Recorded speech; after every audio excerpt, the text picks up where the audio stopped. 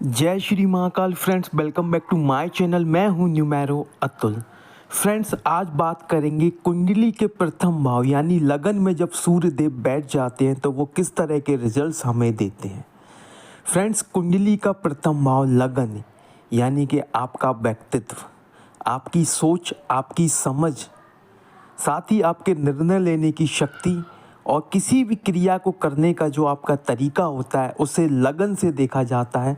और लगन में कौन सा ग्रह बैठा हुआ है उससे भी देखा जाता है। लगन में बैठे सूर्य देव अत्यंत शुभ फल व्यक्ति को देते हैं। यहाँ बैठे सूर्य देव सरकारी नौकरी के कारक होते हैं, व्यक्ति को उच्च पदों पर पदस्थ कर देते हैं, सरकार से लाभ दिलाते हैं और एक जो एडमिनिस्ट्रेटिव पावर होती है वो व्यक्ति के जीवन में लेके आते हैं। इन शॉर्ट कहें कि अगर राजयोग व्यक्ति को प्राप्त करना है तो उसके लगन में सूर्य देव का बैठना बेहद ज़रूरी है। सूर्य ग्रह को सभी ग्रहों का राजा माना जाता है और सौर मंडल में सभी ग्रह सूर्य के चक्कर लगाते हैं, लेकिन सूर्य किसी भी ग्रह के चक्कर नहीं लगाता है। तो सूर्य सभी ग्रहों का राजा है, तो ऐसा गुण व्यक्ति के अंदर आना स्वाभाविक है अगर सूर्य देव लगन में बैठे हुए हैं। क्योंकि लगन में अगर कोई भी ग्रह बैठता है तो उसका प्रभाव सीधा व्यक्ति के व्यक्तित्व पर पड़ता है, उसकी सोचने समझने की क्षमता पर पड़ता है, उसकी कार्यशैली पर पड़ता है। अगर आपकी कार्यशैली सूर्य देव से प्रभावित होगी तो आप एक बहुत अच्छे प्रशासक बन सकते हैं, क्योंकि सूर्य एक क्लियर प्लैनेट है, व्यक्ति की सोच को क्लियर करता है, स्पष्ट करता है।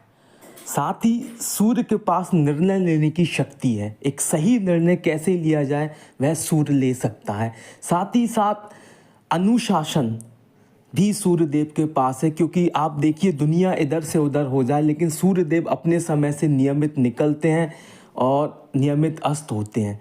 तो एक डिसिप्लिन है, अनुशासन है। तो अगर सारी चीज़ों को अगर देखा जाए तो सूर्य देव में वह क्वालिटी है कि जो व्यक्ति को एक बहुत अच्छा प्रशासक बना सकती है।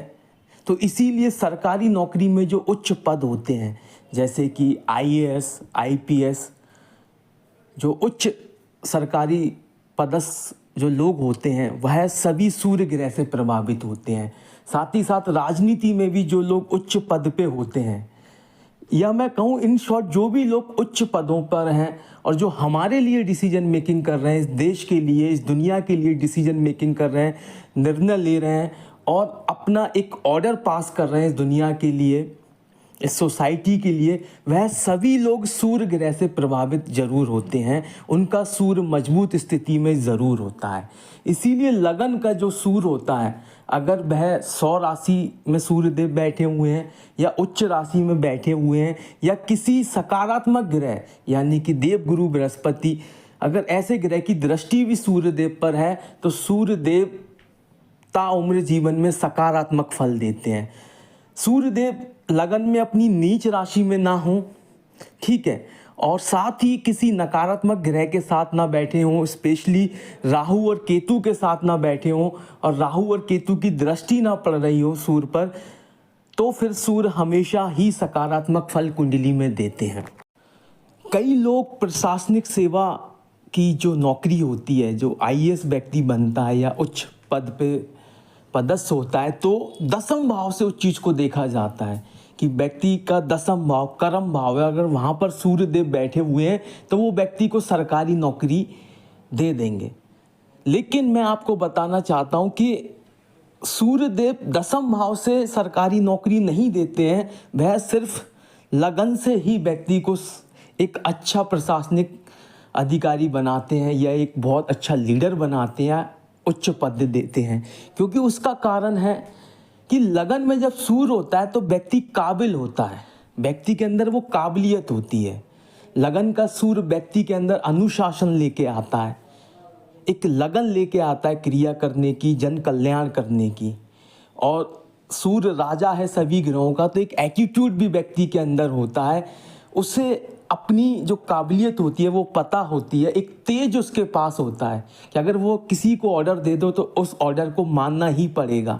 तो एक विशेष तेज भी सूर्य का जो होता है वो लगन से ही व्यक्ति को प्राप्त होता है। सूर्य आत्मा का कारक है और आत्मा का ग्रह अगर आत्मा में बैठा हुआ है तो बहुत गहरी सोच व्यक्ति रखता है, एक आत्मिक सोच व्यक्ति के अंदर होती है और एक आत्मिक कनेक्शन वह संसार के लोगों से बनाता है।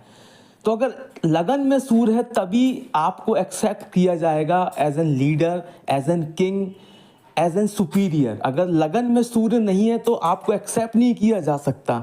अगर दसम भाव में सूर्य, ठीक है, आपको काम करने का मौका मिल जाएगा, क्रिया करने का मौका मिल जाएगा, प्रशासनिक सेवा में काम करने का मौका मिल जाएगा, चयनित आप हो जाएंगे, लेकिन एक अच्छे आईएएस आप नहीं बन पाएंगे। कहीं ना कहीं हर लेवल पर स्ट्रगल आपको फेस करना पड़ेगा, क्योंकि जब आप एक किंग होते हैं, एक अथॉरिटी आपके पास होती है, तो कई सारे चैलेंजेस आपके सामने आते हैं और उन चैलेंजेस को ओवरकम कैसे करेंगे आप? उन चैलेंजेस को ओवरकम करने के लिए सूर्य की जो पावर है वही आपकी मदद करती है। अगर आप देखें, कई लीडर्स हैं इस दुनिया में, कई लीडर्स हैं, अगर आप उनकी कुंडली देखेंगे तो वो कहीं ना कहीं उनका लगन सूर्य से ज़रूर प्रभावित है, क्योंकि सूर्य एक निष्पक्ष अनुशासन के साथ काम करने वाला ग्रह है और यह क्वालिटी आपके लगन में होनी चाहिए।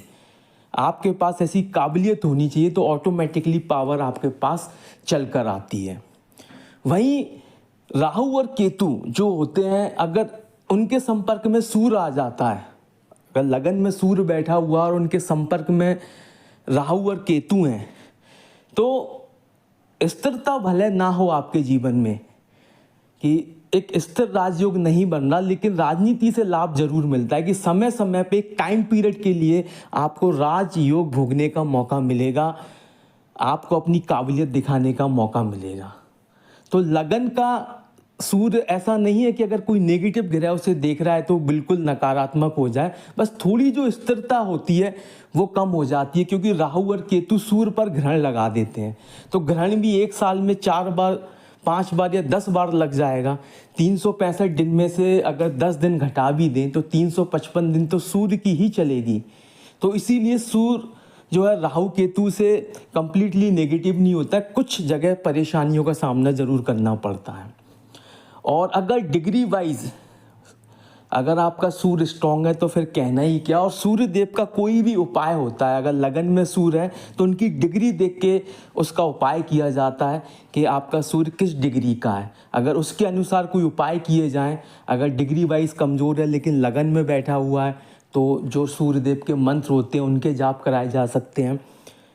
जेम स्टोन से भी सूर्य को स्ट्रॉन्ग किया जाता है, सूर्य को अर्घ्य देने से भी सूर्य स्ट्रॉन्ग होता है। लेकिन यह जो उपाय है बहुत सोच समझ के व्यक्ति को करना होते हैं, क्योंकि उसकी जो डिग्री है वो बहुत मायने रखती है। अगर ऑलरेडी डिग्री वाइज आपका सूर्य आपकी कुंडली में स्ट्रॉन्ग है और आपने उसका कोई जेम स्टोन पहन लिया तो कहीं ना कहीं उसका साइड इफेक्ट जरूर देखने को मिलता है, क्योंकि सूर्य देव अहम के कारक भी हैं, ईगो के कारक भी हैं। अगर सूर्य की पावर ज़रूरत से ज़्यादा कुंडली में बढ़ जाती है तो व्यक्ति को अहम आ जाता है, घमंड आ जाता है, उससे बस यही दिखता है कि हर जगह वही वही वही।